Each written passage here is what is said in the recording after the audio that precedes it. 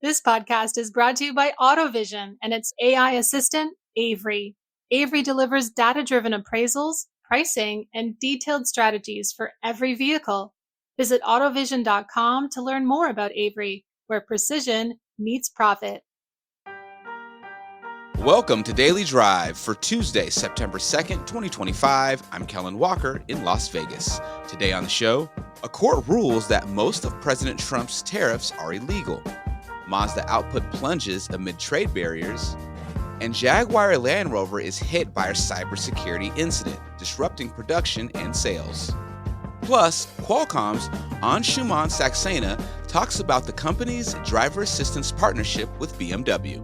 Things which the BMW team does much better is handled by the BMW team. The things where Qualcomm can bring the technology know-how, Qualcomm brings that capability. Let's run through all the news you need to know to keep up in the auto industry. A U.S. appeals court has ruled that most of President Trump's tariffs are illegal. The decision addressed the legality of what Trump calls reciprocal tariffs, as well as a separate set of tariffs imposed in February against China, Canada, and Mexico.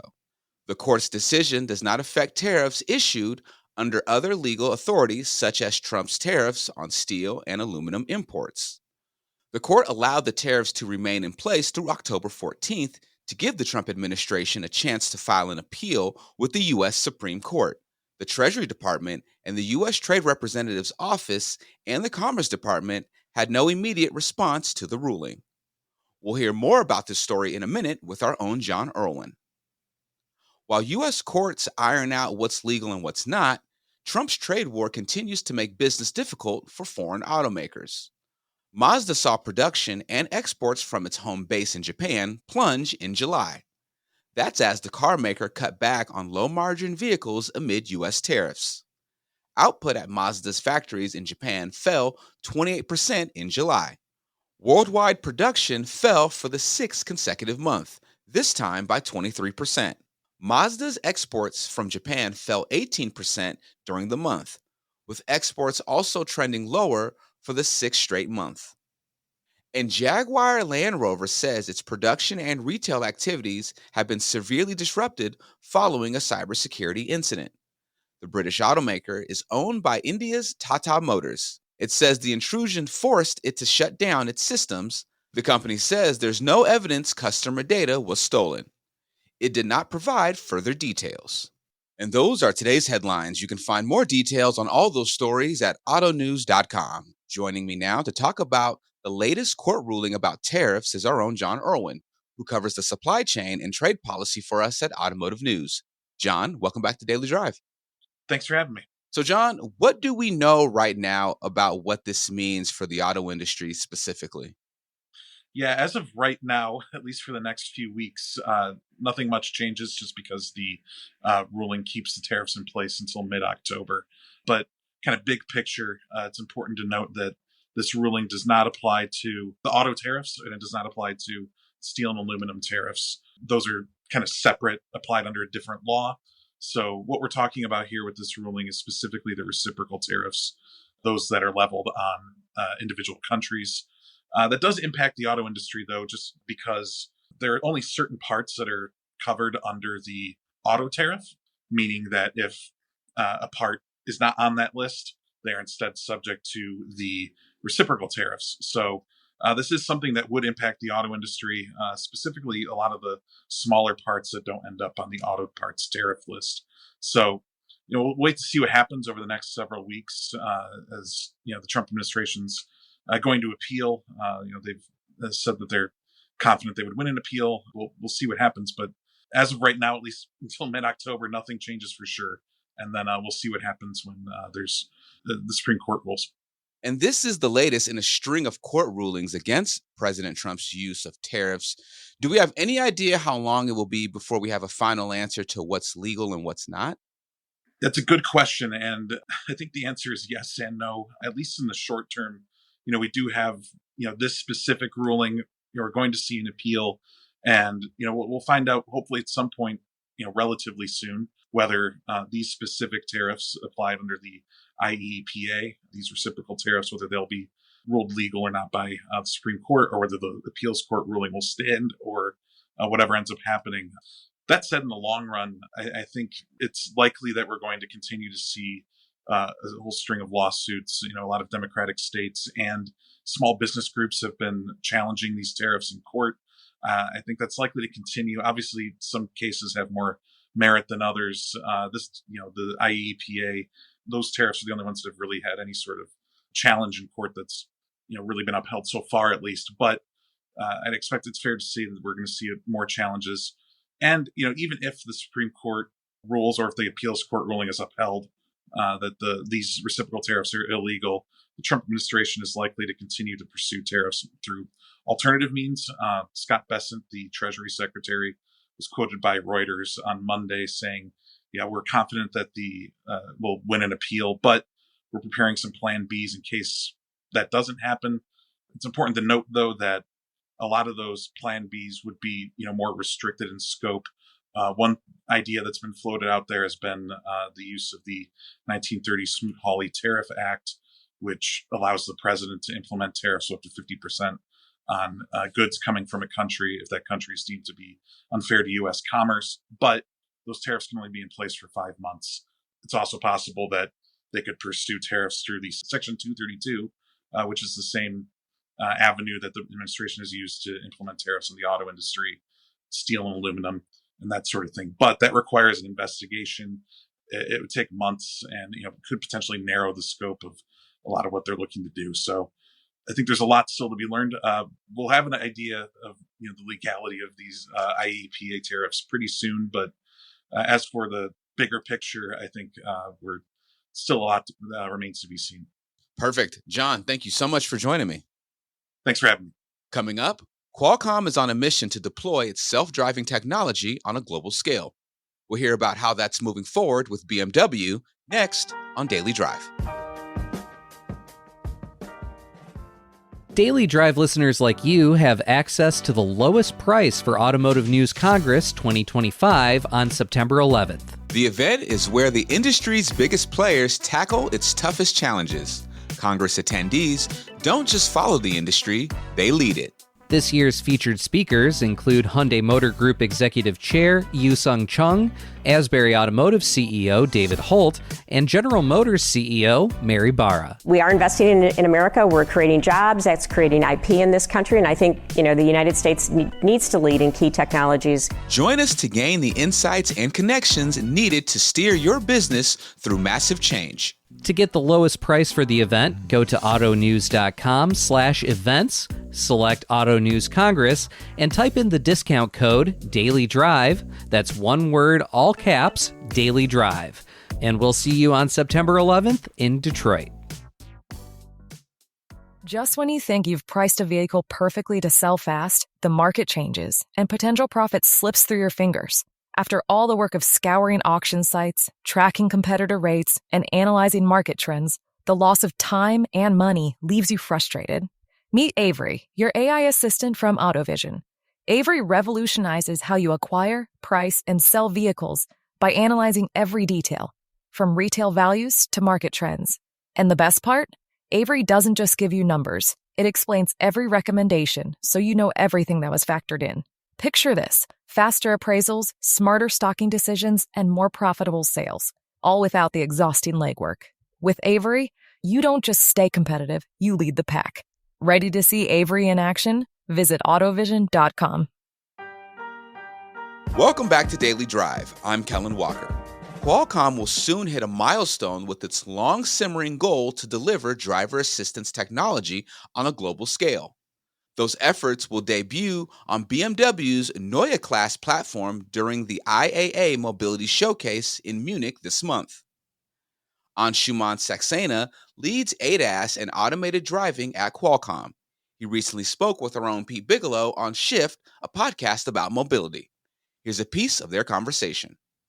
You've been hard at work for many years building driver assistance technology, and that work is about to pay off in a big way.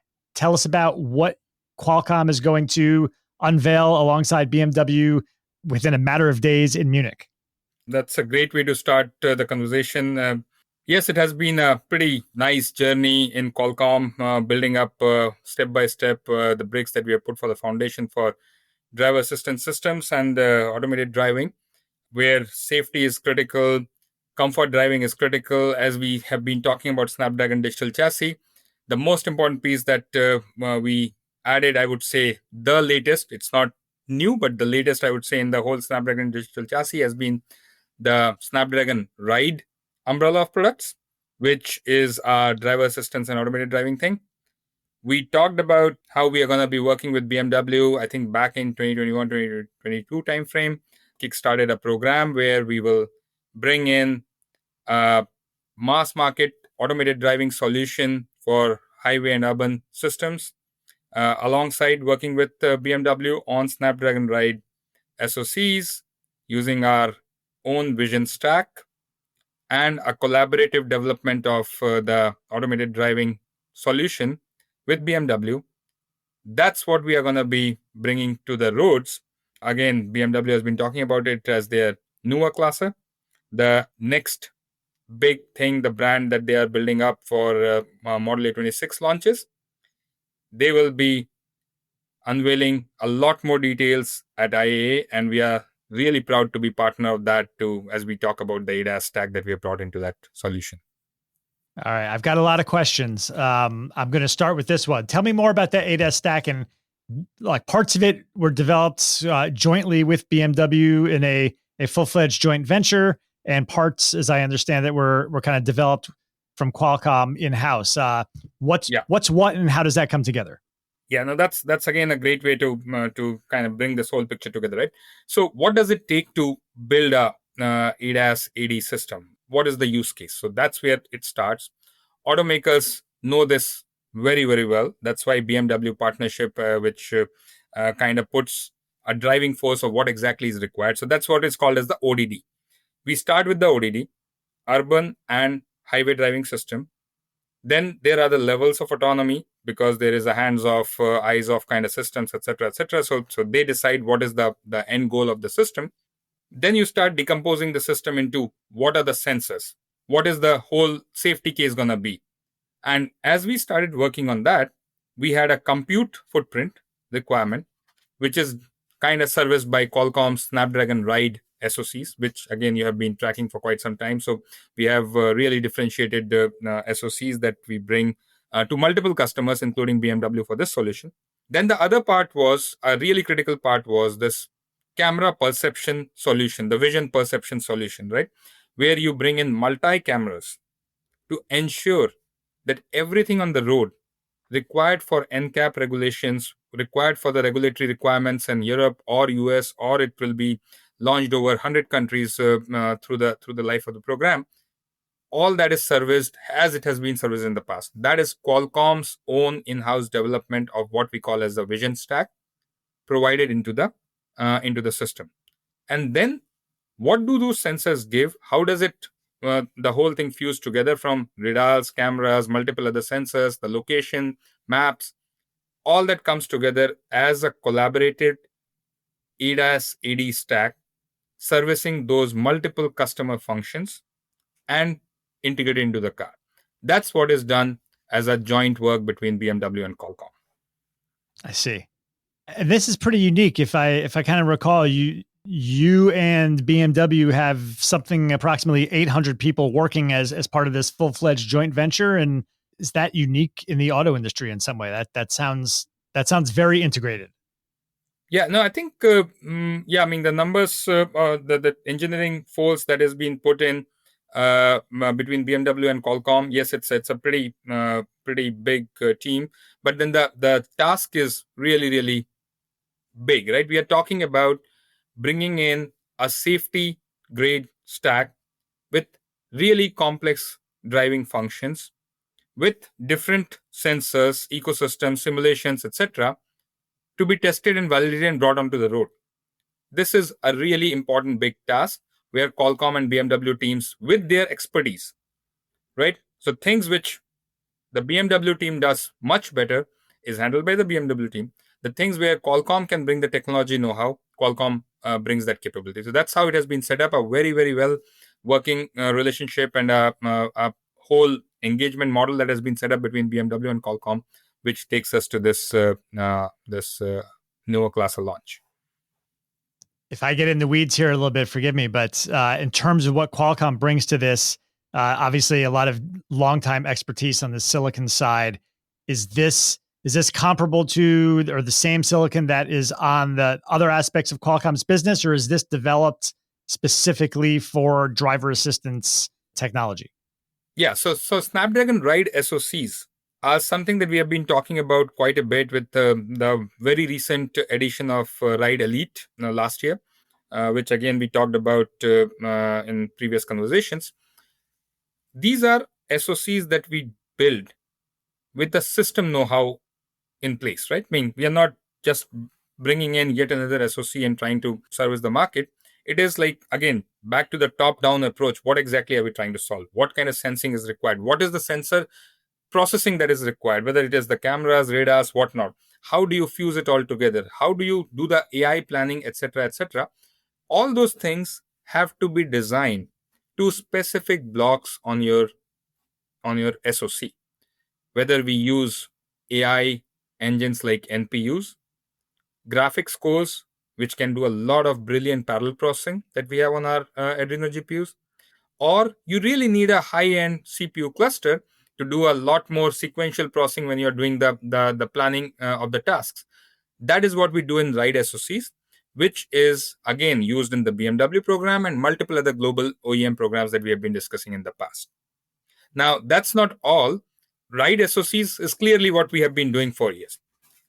To connect the vision perception, it's also a significantly important technology asset that we have brought. If you remember, we have acquired this company Arriver, which was a part of the Veoneer as a tier 1, and they had all the brilliant know-how of building a vision system, deployed it in multiple vehicles with the NCAP 5-star ratings. That was the know-how that we had for technology and production scaling that we brought in, is an integral part of this whole ADAS solution that you would see on the road in Munich. You can hear Pete Bigelow's full conversation with Qualcomm's Anshuman Saxena on Shift, a podcast about mobility. That's available now wherever you get your podcast. That's Daily Drive for today. I'm Kellen Walker. Thanks to Automotive News executive producer Jake Neer, as well as our own John Irwin and Hans Greimel for their reporting for today's podcast. You can get the latest news on tech and innovation, tariffs, and everything happening in the auto industry at autonews.com. Come back tomorrow for a conversation with Michigan State Senator and U.S. Senate candidate Mallory McMorrow. We were leading the world in EV development, infrastructure development, advanced mobility technologies. And then all of a sudden it became this political football. We'd love to hear from you. Let us know what you think of the show and the topics we covered today. Send us an email at dailydrive@autonews.com or leave us a voicemail at 313-444-2774. And if you enjoy the podcast, remember to like, leave a review, and subscribe so you never miss an episode.